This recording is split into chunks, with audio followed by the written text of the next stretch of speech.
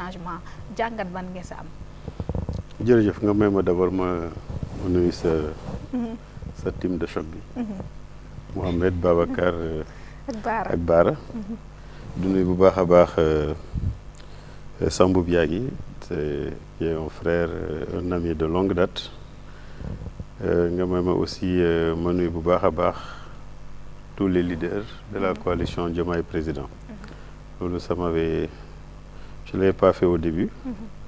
parce que quand même je crois que tey jii en tant que coordonnateur de la coalition képp koo xam ne dugg na ci coalition bi daanaka ci mën nga jaar. pour nga signer charte bi bokk ci coalition bi.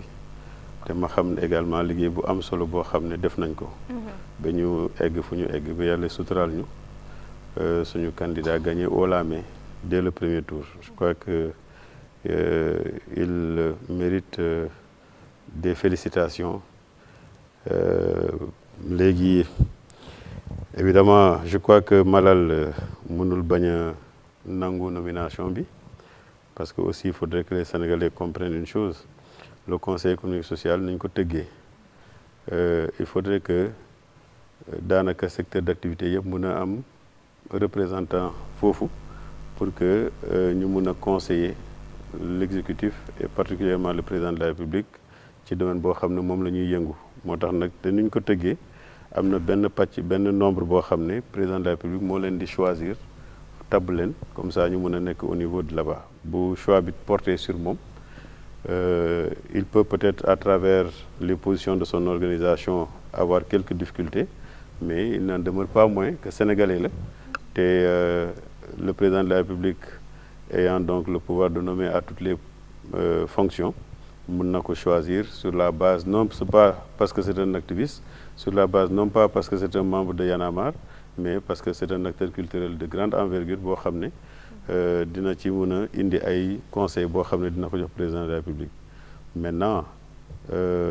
lui il peut être surpris parce que c'est à la fin du mandat il peut être surpris parce que dafa fekk déjà Sénégalais yi tànn nañu njiit bu bees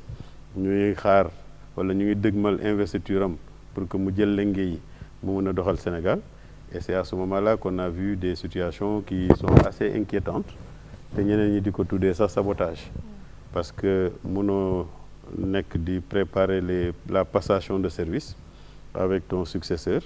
xam nañ ne aujourd'hui il y a des tensions de trésorerie au Sénégal parce que ça il faut le dire pour s'en convaincre il faut demander aux fonctionnaires d'habitude le 24 dañuy commencer di fay salaire yi bi yoon jusqu'au 29 les gens n'avaient pas encore perçu suñu mbokk chrétiens yi def nañ seen vendredi saint ak ngalax bi ils n'avaient pas de salaire donc ça montre qu'en réalité que c'est des tensions de trésorerie qui sont là ñu gis des nominations en cascade que ce soit au niveau de la magistrature comme ni nga ko waxee ak yeneen secteurs yoo xam ne ñoo ngi ko ciy def et des signatures à tout va des signatures de contrat ou d'autres choses yoo xam ne l'élégance républicaine aurait voulu que yow mi nga xam ne da ngay dem au moins nga boole yooyu même bu dee dafa nekk loo xam ne commencé woon nga boole ko ci dossier de passation de service yi bu ko defee ñuy ñëw apprécier mën a def mais ci boo gaawantoo di def yenn kii yi parce que y en a au niveau de l'ONAS on a entendu des trucs au niveau de la CIRN on en a entendu donc dafa mel ni les gens se précipitent qu'est-ce qui se cache derrière mais dans tous les cas je crois que les nouvelles autorités qui vont prendre le pouvoir à partir du 3 avril pourront en tirer les meilleurs enseignements et s'il y a des redressements à faire on fera les redressements mais je crois que ces nominations là quand même l'élégance républicaine aurait voulu quand même que dès lors que xam nañu am nañu un nouveau président de la République au moins ñu bàyyee ko bu ñëwee après mu xool nan lay def ak ñooñu quoi d'autant que comme ni ko Bara waxee léegi dans les projets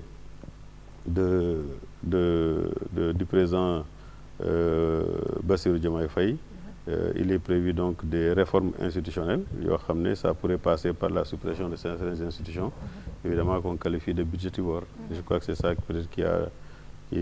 qui peut permettre de comprendre un peu la réaction de Malal parce que gis nañ ko mu fës ci seen programme parce que loolu bokk na ci wàññi wala boo ko yaxanal li nga xamante ni ay kuréel yu ñu tegoon la muy lekk xaalis ci Sénégal bu ñu gisee loolu kon ñu ciy gaawantu ñenn ci ñi nga xamante ni ñu ngi seen boor jàpp nañ ni ay récompenses yoo xamante ni bëgg mu rëcc ndax même gis-gis boobu nga am. oui mais c'est-à-dire que xam nga man sama jàngat mooy le 24 mars les Sénégalais ont voté pour le changement. Voter pour le changement dafa am sens boo xam ne moom nga ko war a jox c'est-à-dire quand on vote pour le changement c'est qu'on a voté pour changer ce qui était là. Et le président Bassirou Diomaye Diakhar Faye quand il était candidat il a proposé une nouvelle offre politique. Donc cette nouvelle offre politique là si ça rencontre l'adhésion des Sénégalais ba ñu nangu ne léegi moom la ñuy voter à plus de 54% des suffrages, cela veut dire que Sénégalais dañoo taxaw tey jii pour mun a am changement boobu nag dafa am lu bëri lu mu ëmb. D'abord c'est un changement de mentalité. Il faut que nit ñi comprendre en réalité boo choisir changement il faudrait que yow même ci sa gis-gis ak ni ngay xalaatee nga jàpp ne da nga war a am changement. Deuxième chose c'est que on sait au-delà de la crise boo xam ne nekkoon na fii ak violence yu bëri yoo xam ne ça a secoué la vie des Sénégalais depuis 3 ans. Il y a surtout difficulté yoo nga xam ne moom la Sénégalais yi jànkoonteel, n'est-ce pas? Donc forcément il faudrait que le gouvernement, en tout cas man ci sama gis-gis, j'ai pas encore discuté avec le président Bassirou Diomaye Faye, mais il faudrait qu'on fasse dans l'austérité si on veut régler le problème des Sénégalais. Et ça passe forcément par la réduction du train de vie de l'État. Et qui parle de réduction du train de vie de l'État voudrait que lu bëri ñu mun ko wàññi. Moi je considère que am na ay instances yoo xam ne dañu fi nekkoon pour recaser de la clientèle politique. Si ça doit coûter bu dee dafay jël lu bëri ci kopparu réew mi il faudrait que ñu jëlee ko fi ba jëmmi jamono. Peut-être que mun na am sens sax à un certain moment mais tey jii li ne këtt na jon mooy jafe-jafe yi nga xam ne moom la Sénégalais di jànkonteel nan lañ koy saafara. Te wax naa la fi sànq ne on fait face à une tension de trésorerie qui pourrait avoir des conséquences yoo xam ne nit ñi sax mën nañu ko bañ a calculer. Mais man dama gëm ne à ce rythme-là les nouvelles autorités qui vont prendre le pouvoir à partir du 2 avril bu ñu moytuwul dañuy jànkonteel ak nu ñuy fayee liggéeykat yi Sénégal. loolu jafe-jafe lay dugal. waaw c'est-à-dire ci ay jafe-jafe leen dugal il faudrait pas que ñu ñëw à un certain moment ils ont du mal à payer les salaires te loolu war na mën a nekk. te loolu nag boo eggee foofu